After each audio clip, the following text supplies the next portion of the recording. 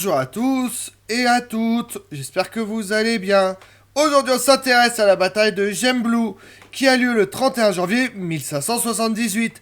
Les troupes royalistes espagnoles, commandées par Don Juan de Austria et Alexandre Farnèse, affrontent les armées rebelles des États généraux des Pays-Bas, obtenant une victoire écrasante qui donne à la guerre un tournant historique. Vous voulez en savoir plus sur la bataille de Gembloux? Venez avec moi.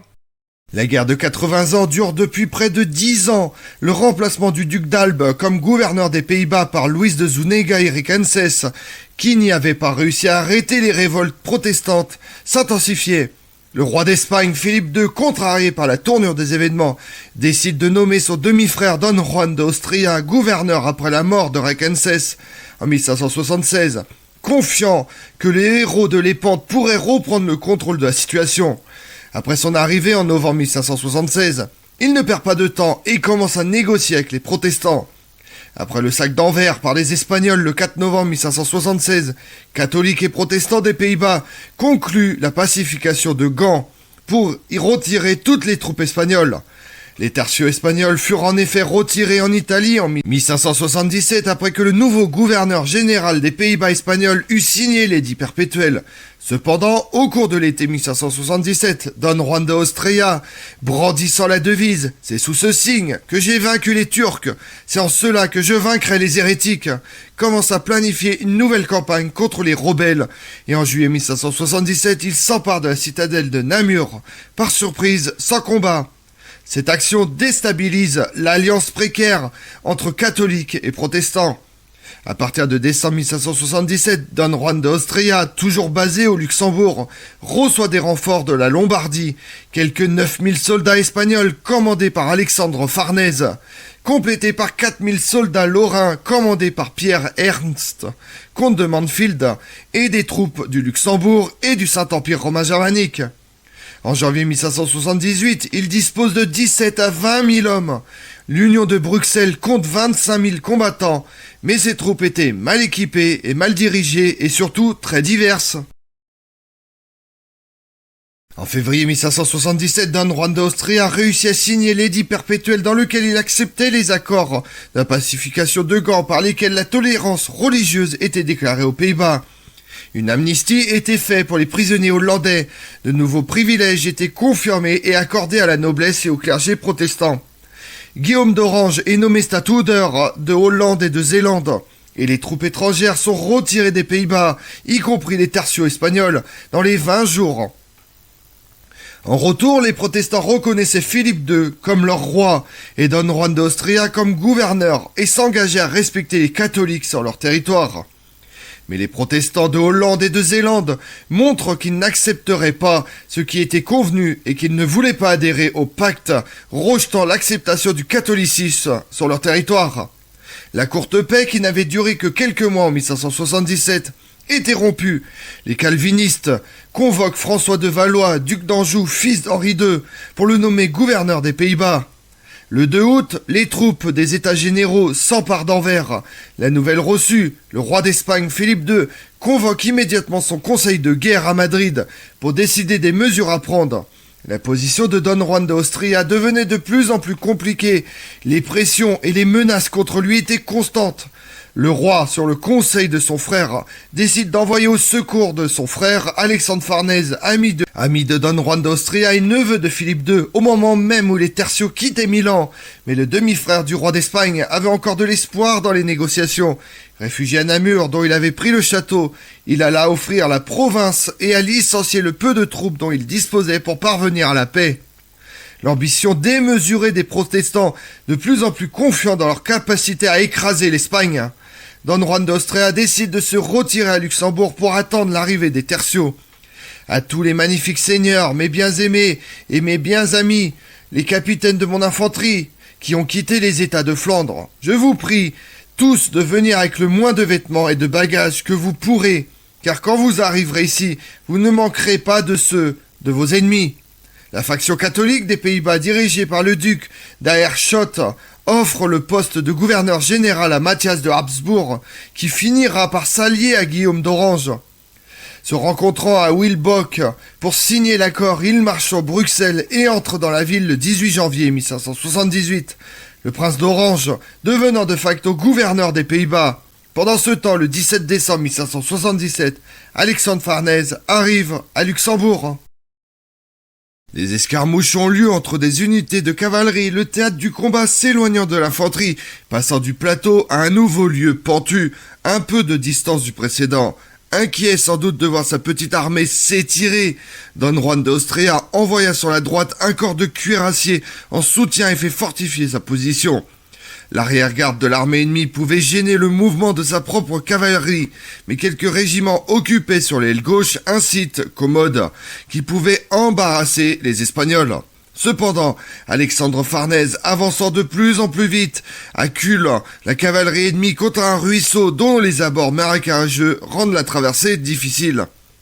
La situation n'était pas sans danger. L'arrière-garde de l'armée des États est maintenant toute proche, séparée du combat par un chemin et quelques clôtures de champs disposés en guide de défense, mais très insuffisants. Un capitaine de Gonzague, du nom de Perotte Sofferat, s'était imprudemment avancé, craignant que cette action n'amène une riposte massive de l'armée adverse. Gonzague lui donne l'ordre de reculer. Les troupes des Pays-Bas semblent hésitants. Sa marche est désordonnée. Don Juan d'Austria décide d'attaquer avec les 2 escadrons encore frais qu'il avait sous ses ordres, l'aile gauche de l'armée ennemie.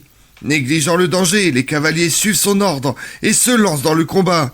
Cette charge de cavalerie est menée notamment par Bernardino de Mendoza, Mondragon, Juan Batostita de Montagna, Fernando de Tolède, Enrique de Vieni. La charge met en fuite la cavalerie ennemie et mène les Espagnols de l'autre côté du vallon.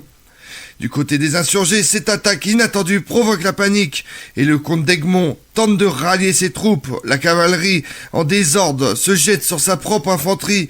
Il se met un désordre indescriptible et la disloquant sans que les Espagnols soient intervenus.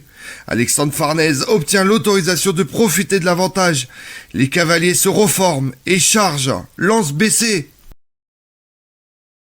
Montigny et Balfour tentent de rallier quelques troupes au sud et à l'est de Gembloux, dans les jardins qui bordent la ville. Don Juan d'Austria attaque ce dernier carré avec 2 compagnies espagnoles sur la droite et des enseignes vallons sur la gauche. La résistance est anéantie par l'explosion de la réserve de poudre à canon qui provoque une nouvelle panique. Montigny et Balfour, ce dernier, grièvement blessé, parviennent à se réfugier dans Gembloux avec 2000 hommes et de l'artillerie. Quant au reste de l'armée, il se disperse et la poursuite se prolonge jusqu'au soir, jusqu'à Havre. Les quelques troupes qui échappent au massacre se réfugient à Bruxelles et à Gramont. Le maréchal de Caen, Antoine de Gauny, est fait prisonnier et conduit devant Don Juan d'Austria. La victoire espagnole est totale. De Gauny et un grand nombre de ses officiers sont capturés, ainsi que 34 drapeaux et bannières et toute l'artillerie et les bagages de l'armée néerlandaise. 6000 soldats rebelles ont été tués, avec des centaines de prisonniers. Les pertes espagnoles sont minimes, avec seulement 12 morts et quelques blessés. Environ 3000 rebelles atteignent Gembloux et ferment les portes. Mais après des négociations, ils se rendent aux Espagnols le 5 février, épargnant ainsi la ville d'un sac.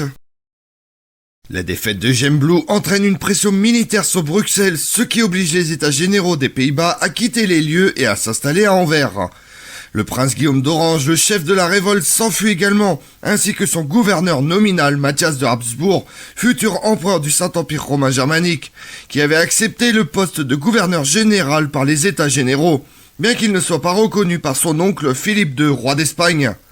La victoire signifiait aussi la fin de l'union de Bruxelles et attelle la désintégration de l'unité des provinces rebelles. Don Juan d'Austria meurt 9 mois après la bataille, probablement du typhus, le 1er octobre 1578, et fut remplacé par Alexandre Farnèse comme gouverneur général, qui, à la tête de l'armée espagnole, reconquit une grande partie des Pays-Bas. Dans les années suivantes, le 6 janvier 1579, les provinces loyales à la monarchie espagnole signent l'union défensive d'Arras, exprimant leur loyauté à Philippe II, reconnaissant Alexandre Farnèse comme gouverneur général des Pays-Bas.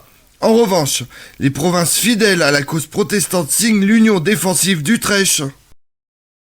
Et pendant ce temps-là, dans le monde, le 7 janvier 1578, c'est le traité de Bruxelles signé entre la reine Élisabeth Ier, reine d'Angleterre, et les Provinces-Unies.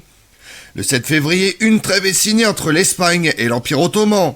Le 12 juillet 1578, les troupes de Sébastien Ier, roi de Portugal, débarquent avec 17 000 hommes et 600 navires au royaume du Maroc. Le 4 août, c'est la bataille d'Akasé-Kébir.